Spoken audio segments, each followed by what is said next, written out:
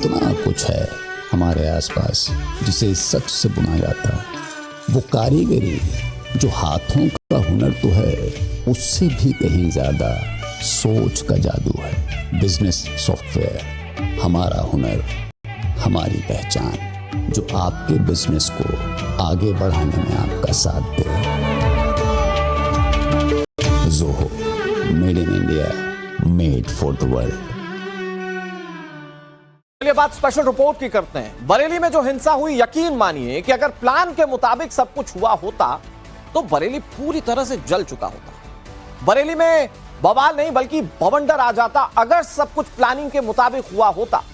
और हो सकता था कि इसमें पूरा उत्तर प्रदेश जल उठता, क्योंकि बरेली हिंसा के मास्टरमाइंड मौलाना तौकीर रजा ने बरेली समेत उत्तर प्रदेश को आग में झोंकने का एक पूरा ब्लूप्रिंट तैयार किया था। तो तैयारी क्या थी, कैसा था प्लान, आपको सारी चीजें समझाते हैं हमारी एक्सक्लूसिव रिपोर्ट।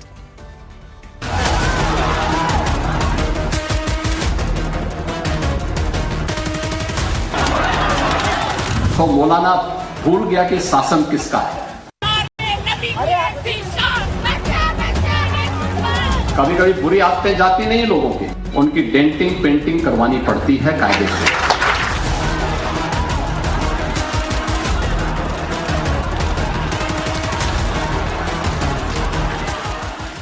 बरेली में हुई हिंसा के मास्टरमाइंड मौलाना तौकीर रजा पर योगी का शिकंजा पूरी तरह कस चुका है। दंगों की साजिश रचने के आरोप में तौकीर रजा को योगी फोर्स ने सलाखों के पीछे ला खड़ा किया।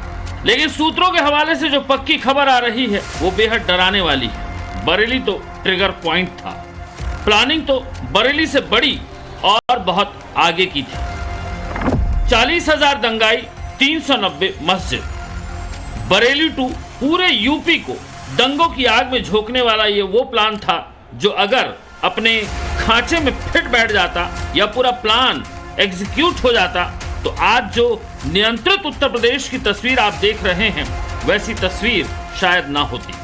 26 तारीख की बरेली हिंसा की ये तस्वीरें देखिए, कैसे मौलाना तौकीर रजा के घर और कोतवाली मस्जिद के पास भीड़ इकट्ठा हुई और फिर पथराव और तोड़फोड़ करते हुए दरगाह आला हजरत और इस्लामिया मैदान की तरफ फैल गई। लेकिन प्लान 390 के हिसाब से देखें तो ये भीड़ कुछ भी नहीं थी। बरेली में दंगा भड़काने के लिए 40,000 लोगों को बुलाने की तैयारी थी। कैसे आते इतने सारे लोग, कहां से आते, अब जरा उसका प्लान सुनिए।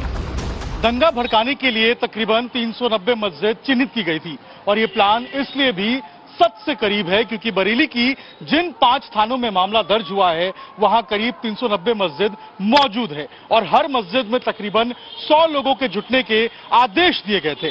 यानी कि सभी 300 मस्जिद में 100 लोग जुटते तो संख्या 39,000 के करीब होती। आदेश ये था कि हर मस्जिद से 100 लोग जमा होते और फिर 26 तारीख यानी शुक्रवार को नमाज के बाद इन सभी को इस्लामिया कॉलेज ग्राउंड में जाना था और वहां से पूरी तैयारी के साथ हिंसा को आगे बढ़ाना था। और एक बार ये 100 लोग जो अलग अलग मस्जिद से जमा होकर इस्लामिया कॉलेज ग्राउंड आते वो सामान के साथ आते, यानी उनके पास असलहा होता, जैसे पत्थर, चाकू, तलवार, पिस्तौल, जो जिसके पास होता वो सामान के साथ आता। कल्पना कर पा रहे हैं आप, अगर ये सच में होता तो मंजर क्या होता। मौलाना तौकीर रजा का राइट हैंड नदीम, जिसे बरेली हिंसा में आज ही गिरफ्तार किया गया, उसने इस प्लान को एग्जीक्यूट करने के लिए बाकायदा व्हाट्सएप ग्रुप बनाए थे, फेसबुक पेज क्रिएट किया था। सूत्रों की माने तो नदीम ने नमाज के वक्त कई लोगों को व्हाट्सएप कॉल किया और सामान के साथ आने को कहा था। इस बड़े खुलासे में पुलिस को 5 व्हाट्सएप ग्रुप मिलने की भी खबर है और एक फेसबुक पेज भी मिला है। सूत्रों की माने तो इस भीड़ में बरेली के अलावा रामपुर, मुरादाबाद और बिजनौर से भी लोग बुलाए गए थे ताकि बड़े पैमाने पर हिंसा की जा सके। इतना ही नहीं, खबर तो यह भी मिली थी कि मस्जिद के अंदर पहले से आई लव मोहम्मद के बैनर और पोस्टर रख दिए गए थे और ये तैयारी उस दिन नहीं की गई थी बल्कि पिछले 7 दिनों से इसकी तैयारी चल रही थी। लेकिन मौलाना तौकीर रजा और उसके राइट हैंड नदीम की इस प्लानिंग को योगी फोर्स ने डिकोड कर लिया और इतना तगड़ा ट्रीटमेंट दिया कि सारी प्लानिंग, सारा ब्लूप्रिंट तहस नहस कर दिया। तो मौलाना भूल गया कि शासन किसका है। वो ये मानता था धमकी देंगे और हम जबरदस्ती जाम कर देंगे। हमने कहा जाम नहीं होगा, कर्फ्यू भी नहीं लगेगा, लेकिन कर्फ्यू का सबक तुम्हें ऐसा सिखा देंगे कि तुम्हारी आने वाली पीढ़ी दंगा करना भूल जाएगी। क्या तरीका है ये? आप सिस्टम को ब्लॉक करना चाहते हैं।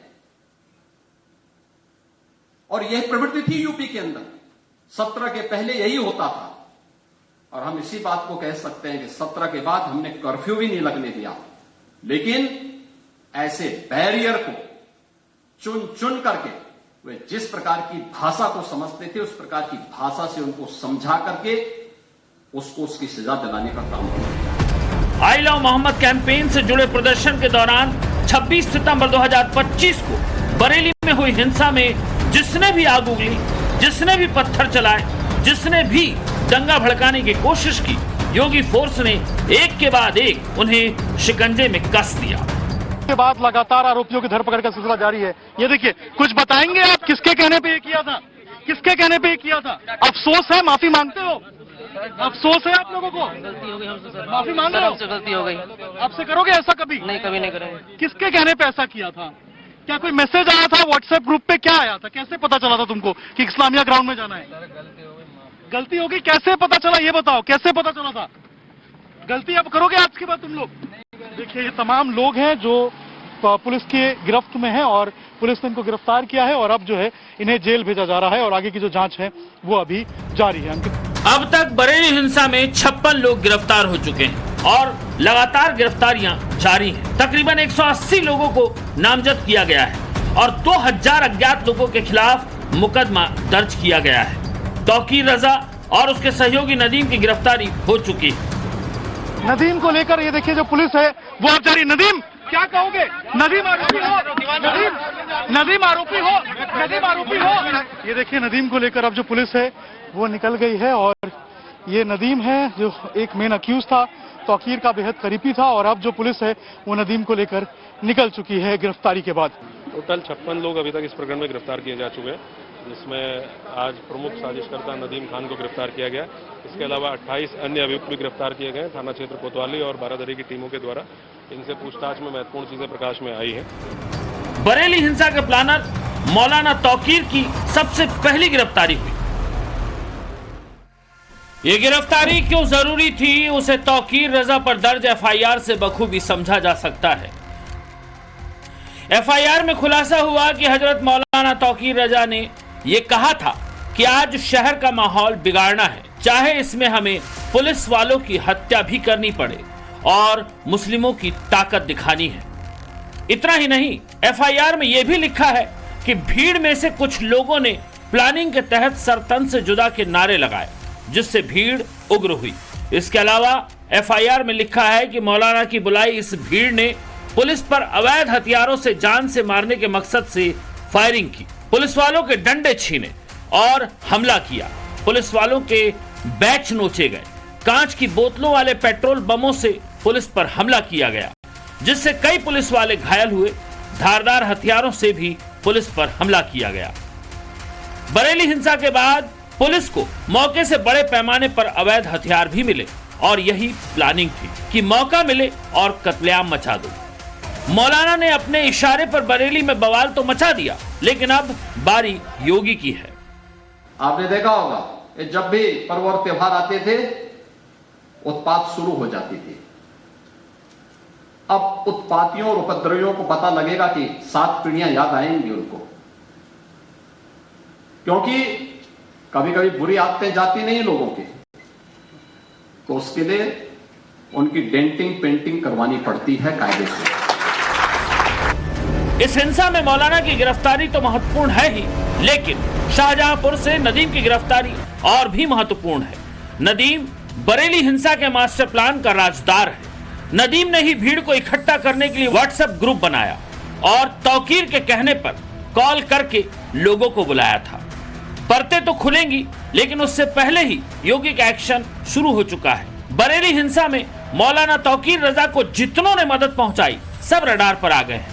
तौकीर का करीबी आरिफ बिल्डर की 3 प्रॉपर्टी बीडीए ने सील कर दी है।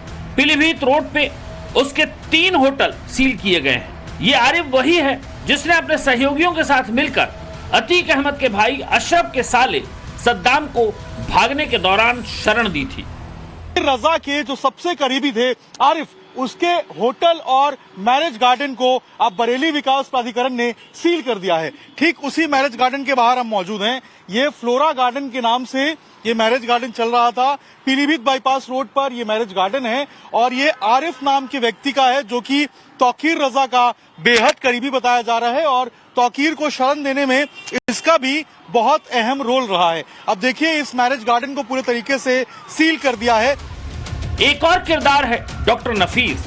ये मौलाना की पार्टी का प्रवक्ता रह चुका है। दावा किया जाता है कि अब ये मौलाना तौकीर रजा की पार्टी के लिए स्पॉन्सर की तरह काम करता है। योगी ने नफीस की भी नाड़ी दबा दी। नफीस की मार्केट को नगर निगम ने सील कर दिया है। इस मार्केट में 36 दुकानों के साथ मौलाना तौकीर रजा की पार्टी इत्तेहाद मिल्लत काउंसिल का दफ्तर भी है जो दूसरे फ्लोर पर है। दुकानों के साथ एमसी का दफ्तर भी सील किया गया है। नफीस जिसका ऑफिस हुआ करता था बरेली के मेन चौराहे के पास, उसके ऊपर भी अब जो सीलिंग की कार्रवाई है वो शुरू हो गई है। उसके ऑफिस के नीचे जो तमाम दुकानें थी इनको भी देखिए अब यहाँ पर सील किया जा रहा है। आप देखेंगे तो तमाम जो दुकानदार थे ये यहाँ पे आपको अपना सामान जो है वो लपेटते हुए नजर आएंगे। सामान लेकर अपना जा रहे हैं। ये आप लोगों को पता, तौकीर रजा के तमाम जो सहयोगी हैं उनके ऊपर कार्रवाई शुरू हो गई है। जो आईएमसी का ऑफिस है उसको भी अब सील किया जा रहा है। देखिए तौकीर रजा का ये ऑफिस है और अगर आप देखेंगे तो यहाँ पर जो नफीस है वो यहाँ पर बैठा करता था। ये देखिए ये आईएमसी का कार्यालय है और ऊपर अगर आप देखेंगे तो आईएमसी बाकायदा लिखा हुआ है, कार्यालय प्रभारी का नाम है। और आप देखेंगे तो यहाँ पर जो ताला है वो लगा हुआ है। यहाँ पे अगर आप देखेंगे तो क्रॉस का जो निशान है वो यहाँ पर बनाया गया है। बरेली में बवाल के कुछ दिन पहले डॉक्टर नफीस का एक वीडियो भी वायरल हुआ था जिसमें ये आई लव मोहम्मद लिखे पोस्टर उतारने पर पुलिस इंस्पेक्टर को हाथ काटने और वर्दी उतारने की धमकी देते दिखा। अरे मैंने अभी इंस्पेक्टर को बात गिरा दी बच देंगे आप। मैंने कहा अगर करा के हाथ काट लूंगा वर्दी। बरेली के बहाने पूरे यूपी को दंगों की आग में झोंकने की साजिश बेनकाब हो चुकी है। अब तो देखना यही है कि योगी इनका इलाज कैसे करते हैं। बरेली से अभिषेक राज के साथ ब्यूरो रिपोर्ट, टाइम्स नाउ, नव भारत।